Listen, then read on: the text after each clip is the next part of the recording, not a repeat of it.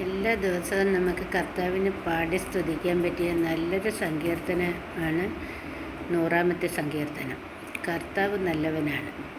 ഭൂമി മുഴുവൻ കർത്താവിൻ്റെ മുൻപിൽ ആനന്ദഗീതം ഉതിർക്കട്ടെ. സന്തോഷത്തോടെ കർത്താവിന് ശുശ്രൂഷ ചെയ്യുവിൻ. ഗാനാലാപനത്തോടെ അവിടുത്തെ സന്നിധിയിൽ വരുവിൻ. കർത്താവ് ദൈവമാണെന്ന് അറിയുവിൻ.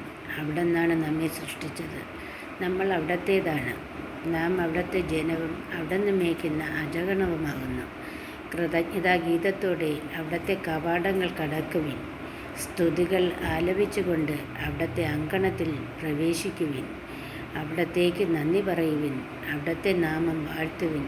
കർത്താവ് നല്ലവനാണ്. അവിടുത്തെ കാരുണ്യം ശാശ്വതമാണ്. അവിടുത്തെ വിശ്വസ്തത തലമുറകളോളം നിലനിൽക്കും. ആമേൻ. എൻ്റെ ഈ ചാനൽ ഒന്ന് സബ്സ്ക്രൈബ് ചെയ്താൽ ഞാനിടുന്ന എല്ലാ വീഡിയോസും വചനങ്ങളും നിങ്ങൾക്ക് കിട്ടും.